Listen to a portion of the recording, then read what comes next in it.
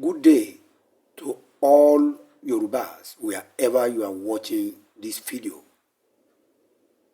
I want to make a comment on the custom and tradition of appointment and deposition of Obas in Yoruba land as it relates to the state laws to that effect. In Yoruba land, we know that Ifa must be consulted before a king is appointed and installed. The kingmakers will recommend the prospective aspirant and consult Ifa. Yes. In the olden days, there's nothing wrong with this. But these days, the times have changed, and there is no culture that is static. The world over, there's no culture that is static. The modern times have demanded that we have to review the system to accommodate the modernity of marriage between tradition and democracy.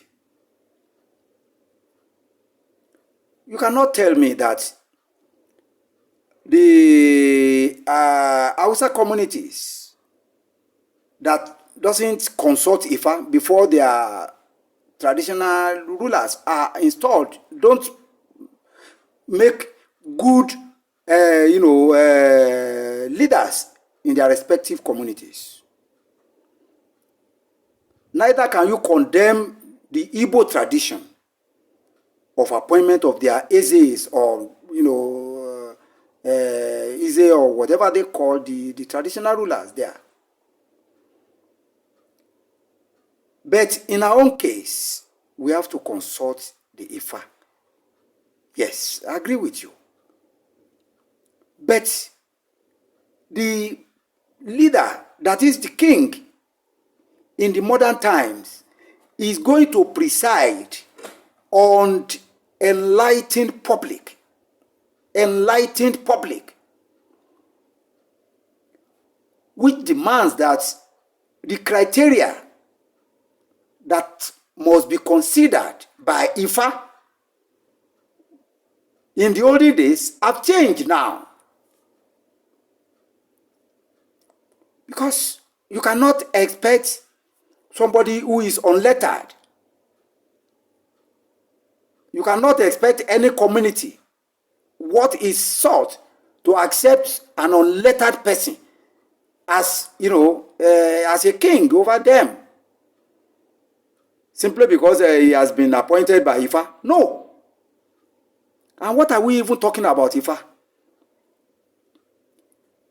These days, Ifas don't speak the voice of the heaven anymore. The oracle now speaks in naira, pound sterling, and dollars. The throne, in most cases, always go to the highest bidder among the eligible princes. Let us draw an example of the recent event in Ikirun. After the so-called kingmakers said to have consulted Ifa, so Ifa picked, the least qualified among the aspirants. The least qualified in the sense of Western education. There are other objective criteria that must be considered, but let us take this one. Then other princes felt insulted. The community and the entire community also felt insulted that in this modern age, 21st century, how can you say if I, appointed, somebody who doesn't understand the modernities, somebody who is not even literate enough to know how to browse, he cannot research, he cannot be current with international issues, and even the national and local issues, and impose him on the people. In some cases, the governors play politics with our tradition. Eventually, they announce the appointment of the candidate of their choice. And eventually, as if that is not bad enough, in most cases, it is the court of law that has become the Ifa now. Almost 95% of appointment of Yoruba traditional rulers ended up in law courts. And we have seen many, installed kings that have been deposed by law courts. And many of them will even buy justice.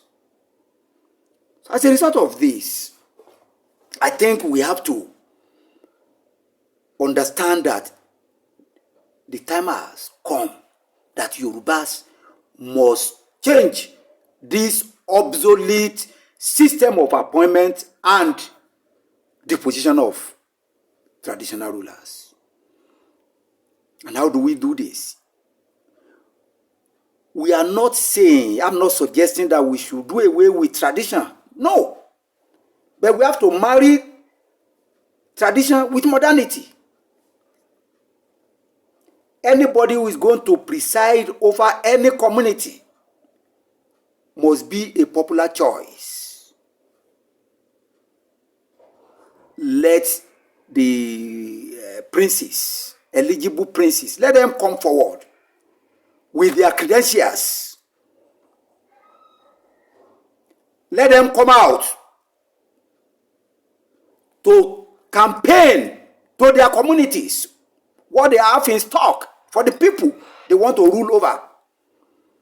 Let the people interact with them to gauge their intelligence and their worldview of issues.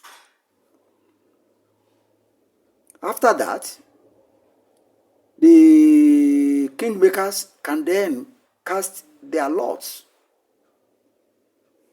on, after screening, they can now decide how many candidates or how many aspirants are eligible now for the position. So then recommend to Ifa.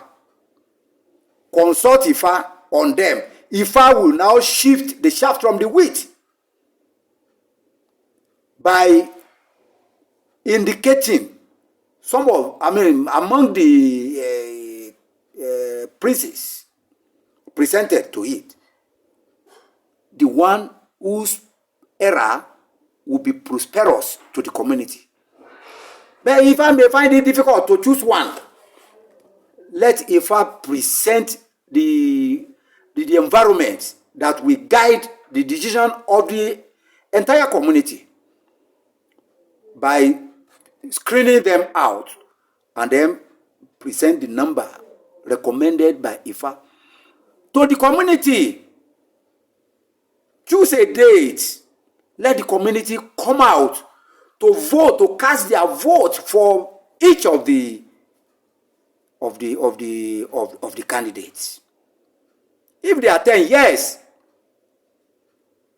So simple majority. Whoever that, but this is a caveat. That electoral system must be very, very transparent and credible. And it must follow due process of the law. It is then that we can say Yoruba has migrated from a cake system to the 21st century globalization and democratic consolidation. Thank you very much.